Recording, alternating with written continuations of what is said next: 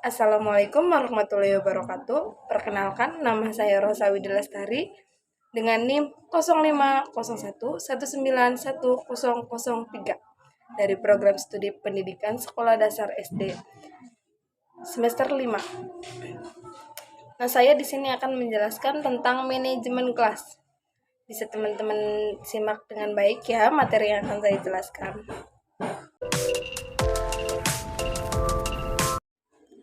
Pengertian manajemen kelas: kegiatan-kegiatan yang diupayakan oleh seorang guru untuk menciptakan situasi kelas yang kondusif dalam rangka pencapaian tujuan pembelajaran yang maksimal. Kegiatan ini merupakan usaha yang sengaja dilakukan oleh guru supaya pembelajaran yang efektif sehingga memungkinkan siswa untuk mengembangkan kemampuan semaksimal mungkin dan membentuk perilaku yang berbudaya. Pengertian pendekatan manajemen kelas. Pendekatan itu sendiri adalah usaha atau upaya dalam rangka aktivitas yang dilakukan untuk mengadakan hubungan dengan sesuatu yang menjadi objek siswa melalui interaksi timbal balik. Manajemen kelas yaitu pengelolaan, penyelenggaraan, keterlaksanaan, penggunaan sumber daya secara efektif untuk mencapai tujuan atau sasaran yang diinginkan. Pendekatan manajemen kelas menurut para ahli. Menurut Alwi Dalam Gunawan menyatakan bahwa pendekatan sendiri secara bahasa berasal dari kata dekat yang berarti pendek, tidak jauh, hampir akrab, dan menjelang. Sementara pendekatan secara bahasa dapat diartikan sebagai proses atau cara pembuatan mendekati. Menurut Widiani Dalam Gunawan menyatakan bahwa secara istilah pendekatan bersifat aksiomatis dan menyatakan suatu pendirian filsafat, keyakinan, atau paradigma terhadap subjek matter. Maka pendekatan pada dasarnya merupakan cara pandang seorang terhadap objek tersebut. Jadi, pendekatan manajemen kelas dapat diartikan sebagai cara pandang seorang guru dalam menentukan kegiatan pengelolaan kelas. Kemampuan pertama yang harus dikuasai oleh guru untuk mengelola kelas merupakan kemampuan dalam memahami, memilih, dan menggunakan berbagai pendekatan yang harus dilakukan dalam manajemen kelas sehingga menjadikan kelas lebih menyenangkan. Tujuan pendekatan manajemen kelas yang pertama yaitu mewujudkan situasi dan kondisi kelas, baik sebagai lingkungan belajar maupun sebagai kelompok belajar yang memungkinkan murid untuk mengembangkan kemampuan semaksimal mungkin. Yang kedua, menghilangkan berbagai hambatan yang dapat menghalangi keterwujudannya interaksi belajar mengajar.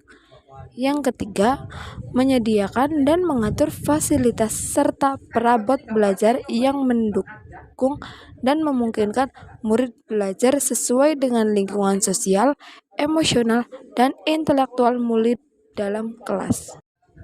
Jenis-jenis pendekatan manajemen kelas. Yang pertama yaitu pendekatan kekuasaan atau otoriter. Pendekatan otoriter adalah pendekatan yang menempatkan guru dalam peran menciptakan dan memelihara ketertiban di kelas dengan menggunakan strategi pengendalian. Guru otoriter bertindak untuk kepentingan siswa dengan menerapkan disiplin yang tegas.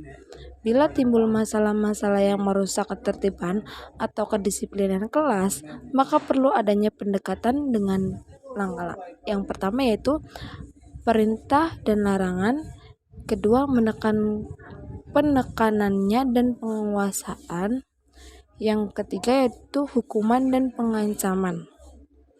Nah, pendekatan yang kedua yaitu pendekatan intimidasi atau ancaman. Intimidasi adalah penekanan pendekatan yang memandang manajemen kelas sebagai proses pengendalian perilaku siswa. Bentuk-bentuk intimidasi ini seperti hukuman yang kasar, paksaan, ancaman. Pendekatan intimidasi ini berguna dalam situasi tertentu dengan menggunakan teguran keras. Teguran keras adalah perintah yang diberikan pada situasi tertentu dengan maksud untuk segera menghentikan perilaku peserta didik yang menyimpang. Sekalipun pendekatan ini secara luas dan ada manfaatnya, terdapat banyak ancaman terhadap pendekatan ini. Penggunaan pendekatan ini hanya bersifat pemecahan masalah secara sementara dan hingga menangani gejala masalahnya. Yang ketiga yaitu ada pendekatan resep atau buku masak. Pendekatan buku masak adalah pendekatan berbentuk rekomendasi berisi daftar hal yang harus dilakukan atau yang tidak harus dilakukan oleh seorang guru apabila menghadapi berbagai tipe masalah manajemen kelas tanpa banyak berpikir lagi. Pendekatan resep ini dilakukan dengan memberikan satu daftar yang dapat menggambarkan apa yang harus dan apa yang tidak boleh dikerjakan oleh guru dalam merealisasi semua masalah atau situasi yang terjadi di kelas. Dalam daftar ini digambarkan tahap demi tahap apa yang harus dikerjakan oleh guru. Peran guru hanyalah mengikuti petunjuk seperti yang tertulis dalam resep. Yang keempat adalah pendekatan instruksional. Manajemen kelas melalui pendekatan ini mengacu pada tujuan pembelajaran yang dirumuskan.